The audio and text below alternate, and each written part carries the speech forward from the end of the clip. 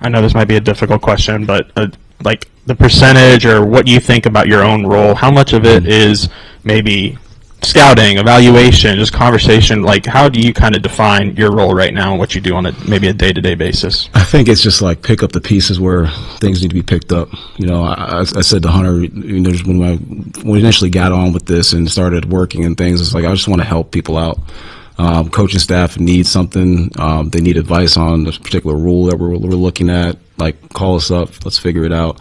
If you want to talk about roster, players, all that stuff, you need a connection to somebody that I may have. Let's figure it out. So I think in my role, it's just trying to be a connector in a lot of ways, making sure every staff has what they need from a rev share standpoint, but also is brought up to speed on the new rules that are coming through that we're all kind of learning right now. We don't have a lot of answers to, but we're trying to get ahead of it and be proactive in that space. I mean, you talked about keeping athletes here, and that Arkansas is a great place to be. Now that you've been here for a little bit, what's your sales pitch to some of these athletes? Come to Arkansas. You'll figure it out once you get here. I think being in Boston, I've always been a city kid. I grew up in Boston, went to Philadelphia, went back to Boston, been there the last 14 years. And so, just coming down here, I used to come down here to watch, Muss's pro days and things like that. And over the last 5 years, I was doing the SEC. Primarily, that was a lot of what I was doing. And you come down here, and the 10-minute drive from the airport is like cows and chickens and things like that. And so I was, I came down here with my wife, and I tried to tell her, like, have an open mind. We'll figure this thing out. But I think both of us, when we got down here, we started going out, we started meeting the people. It's a sense of you just don't want to leave. And I think there's a lot of people that live here that are coming from other places. I'm talking about like LA and Chicago and Philadelphia, all these different places, bigger cities. They come down here and they don't want to leave. And so I think that's a testament to what Arkansas is. It's not just about the big businesses that are here, which is a beautiful thing to have on top of it. It's just about the culture that's down here, that's being built out. And if you're not a part of it, you're missing out. You really are. Sam talked to us about when you had just gotten hired, how beneficial it is for the coaching staff to be taken out of some tough conversations with student athletes. Can you describe how that might be beneficial for you to have those conversations, and just how good it is to have a GM role on staff? I don't mind having tough conversations. I don't think that that's a bad thing either. I think that when you want an answer to a question and it's negative, it's just what it is, right? And so I think when Sam has those conversations, we want to make sure that Sam is the good guy, coaching every single day, paying attention to his players' needs, from a football standpoint, and just keeping the money stuff out of it. I think that helps him. But again, that's his situation. Every situation is different. I think for Sam, that helps him in a lot of ways, just to be able to connect with those guys on a very personal level, and be the person he is on a day-to-day basis. Allow me to be able to have those tough conversations and say, we can't do this, we can't do that, or sometimes, deliver some good news. We can do this, we can do that. So, I think it's been positive for him, and I hope it continues to be positive. Remy, I had another question about your staff. When it comes to, Hunter was telling us you bring in, a football-specific guy, a basketball-specific guy. When it comes to the football-specific guy, are you looking for anything in particular? Do you want a guy that has NFL experience, a guy that has college experience? What are you looking for in that role? No, so we haven't really talked about exactly what we'll end up landing on. I think that role specifically could be something that we look at a little bit farther down too. I think Hunter alluded to that as well, but I do think there's good people at all different levels that can evaluate talent. It doesn't have to be at the NFL. It could be at the college level. It could be somebody that's just getting out of school and everything, that just puts in the time. And so we'll look at all different angles of how we can get, which I think is going to amount to someone that just can watch a lot of film, and give ideas and opinions and throw some things out there. So we'll figure out that stuff when it comes. But there's a lot of good people out there. If anyone has any ideas, I'm all ears. I was curious for you personally. When did you realize? I mean, obviously you got a background playing basketball. When did you realize you wanted to get into this side of sports stuff? Whether it be at the pro level at the Celtics or this role. I tell people this all the time. I actually wanted to be an agent when I was in college. And then, I started working in this business because, one thing kind of led to the next. I ended up getting an internship with the Celtics, and I ended up going on in 2013 that fall to kind of be a part of their front office. and I saw what agents have to go through on a day-to-day basis, and kind of, being up, all night, every single night, and doing little things for their clients and stuff. You have one client over here, one client over there. You got to fly to that city, be, present all the time. So I don't want to live that life and have to work on necessarily commissions and stuff. So, once I got onto the sports side of things, the team side of things, it made a lot of sense to me. And I really didn't know what I wanted to do long term, and it became it for me. Every day waking up and you're able to watch sports, that's a dream come true, right? So I think that was, really fun for me, and it kept me on this path, and I want to do it for my life. I really do. Yeah. Assuming you'll be talking with agents and handling negotiations, when you hit an impasse with a kid or an agent on something that they want that you just cannot do, but Sam or Cal wants the kid, and has kind of put the edict out there, just get him here. What is that conversation like with them? We got to be open, have honest dialogue, and say, this is going to be a hard situation to get done. We're going to try our best, but we may not get it done because there's some things that are just going to be in the way of us getting it done from a monetary standpoint. But again, it's the coaching staff's vision, right? Whatever they want to get done from that standpoint with their rosters, we're going to try and do everything we possibly can to get it done.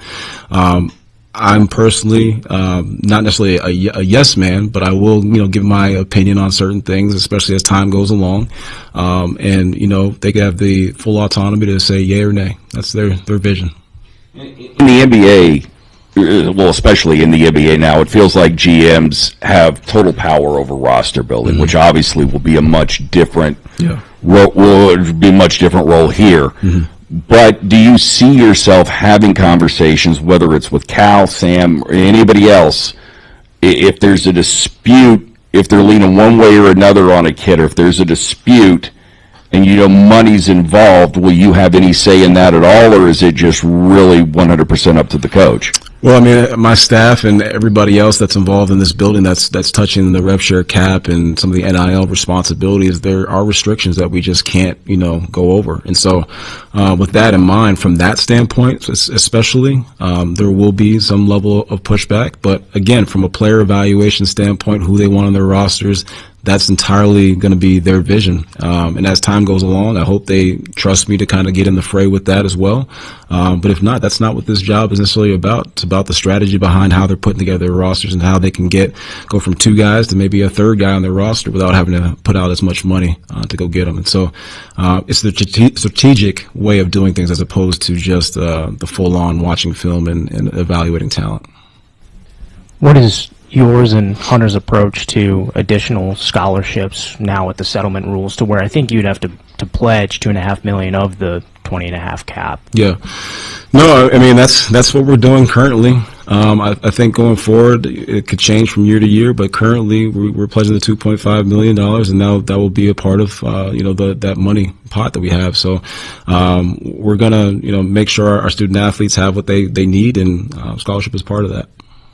First things on your plate when you got here was transfer portal stuff. We're just kind of curious where the lawsuits against Madden and Desmond James currently stand.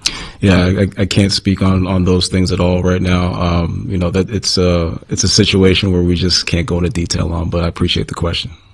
I'm curious about your relationships with Sam Pittman and Coach Cal. How would you characterize the number of times and just what your conversations with those two have been like? Yeah, Cal's a busy guy. He's always ripping and running and stuff. He was just over in OKC watching the finals and the playoffs and everything. He's constantly in and out. My son was just at his camp the last 3 days, and so it's more so just trying to get some time where he has time. That we can sit down over the summertime. I know he's been busy the entire last 9 months, and so everybody's trying to get away from it all. His coaching staff has been really open to me in a lot of different ways to have very open and honest conversations. I hope that continues going forward. And then Sam has been fantastic. Sam is, you guys know, his personality, it radiates through a room. And so, funny guy, I could sit and talk to him for a while. I think him allowing me to come in and talk to him through some ideas has been really easy. And I think he's seen some benefit from that. And I hope it continues going forward. I know some schools have laid out there what they're going to do. We're going to devote this much percentage of revenue share to football, this to men's basketball, so on. How close can you give us to the numbers that you guys are working with? Can't. But I will say that we're going to put forth, a good effort to be competitive in all of our sports from a revenue sharing standpoint. So those numbers that are getting tossed out there, we're happy to accept them and see them from our standpoint. We're just not going to do that from University of Arkansas.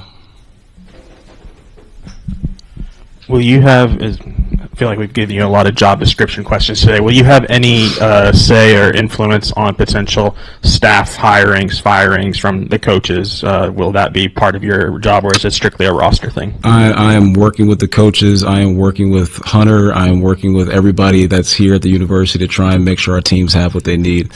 That type of stuff is not part of what I'm here to do. Just what's been maybe the biggest surprise coming into college athletics in this wild west world we might be in? I mean, has there anything caught you maybe off guard the first few months?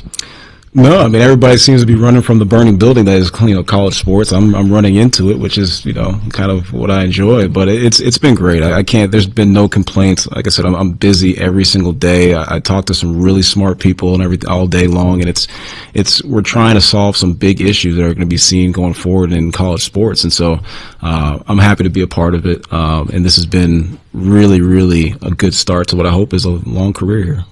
Do you have a minimum number of people that you'll need on your staff, and like a football specific and a men's basketball specific, and beyond that? No. This is mostly, like I said, this is a we're going to carry out our coaches' vision, what they want for their rosters, however way we can get the players that they want from a strategic standpoint and a rev share standpoint and a potential NIL standpoint. We're going to do that because we want to be as competitive as we possibly can going forward, and that's just the way that things are built right now for sure. Two more. We've already seen some schools eliminate some sports. Is that something that you've heard any conversation about since you've been here? That's not a part of what my job will entail. Understanding that, I'll certainly, communicate stuff with Hunter, and he'll communicate back with myself and everybody else on staff if any of those things ever come to fruition. But we haven't had those discussions at all. You mentioned the burning building that college sports is, and people running out of it. And one of the reasons coaches are running out of it is because the transfer portal. Kids can just come and go as they please. Yeah. Are you in favor of putting kids under contract that would lock them up to a specific university for a while? If they want to be here, yeah, for sure. I think it's when you enter a contract with someone, it's not to bind them. It's to make sure that they feel comfortable, just as you're feeling comfortable. It's almost like a marriage, right? You want to make sure that they're as happy as you are with the situation, right? And if it's a situation where they're just not comfortable and they're here because their contract says they have to be here, that's not the kind of people that we want. And so, if we get players in the portal, our coaching staffs have done a fantastic job of vetting them for people that we want to have here at the university, first and foremost, and that want to be here. That's the biggest thing. So contracts are what they are and what they will be. We'll talk about those in between us and the specific player, but overall, we're going to make sure we get the right people for the university. Thanks, Remy. Appreciate it. Thank you, guys. Appreciate it.